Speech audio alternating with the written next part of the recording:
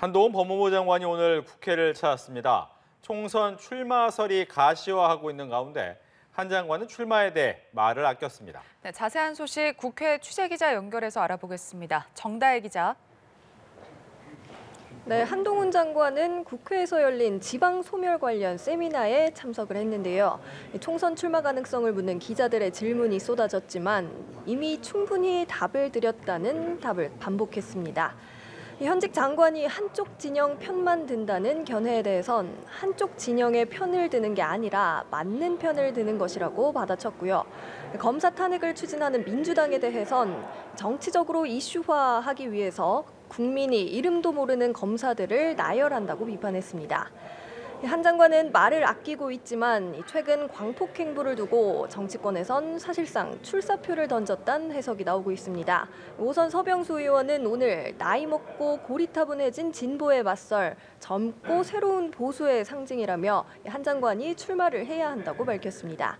한편 국립현충원에서는 오늘 고 김영삼 전 대통령 8주기 추모식이 열렸습니다. 여야 지도부와 원로 정치인들이 대거 한자리에 모였고요. 국민의힘에서는 인효한 혁신위원장도 참석했습니다. 네, 민주당 상황도 알아보죠. 이딴 설화로 당내가 시끄럽다고요. 네, 민주당은 최근 최강욱 전 의원의 여성 비하 발언 등 이딴 설화로 곤혹스러운 분위기입니다. 당 지도부는 사흘 연속 고개를 숙인 데 이어서 최 전 의원에게 당원 자격 6개월 정지 징계를 내렸습니다. 시급한 사안이란 판단 아래 윤리심판원을 거치지 않고 최고위 의결만 있어도 되는 비상징계를 내렸다고 당은 설명했습니다.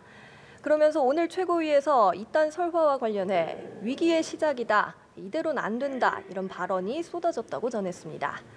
이런 가운데 이재명 대표는 오늘 청년들을 만나 3만 원 청년 패스 정책 간담회를 열었습니다.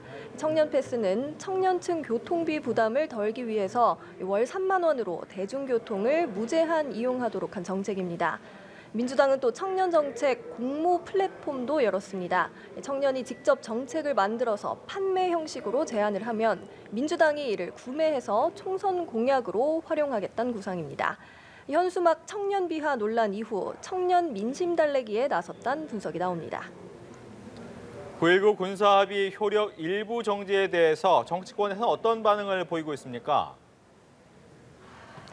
네, 국민의힘은 불가피한 조치란 입장입니다. 윤재옥 원내대표는 북한이 정찰 위성까지 쏜 상황에서 나라를 지키기 위해 정부가 해야 할 조치였다고 말했습니다. 태영호 의원은 9.19 합의는 이미 오래전에 효력을 상실한 재래식 분야 합의서라며 일부 효력 정지를 넘어서 단계별 완전 폐기로 나아가야 한다고 주장하기도 했습니다. 반면 민주당은 잘못된 처방이라고 비판했습니다. 이재명 대표는 북풍 때처럼 휴전선의 군사 도발을 유도하거나 충돌을 방치하는 상황이 오지 않을까 하는 일각의 걱정이 있다고 경계했습니다. 홍익표 원내대표는 9.19 합의는 장거리 로켓 발사와 별개로 접경 지역의 우발적 충돌을 방지하기 위한 것으로 더욱 유지, 확대돼야 한다고 강조했습니다. 지금까지 국회에서 전해드렸습니다.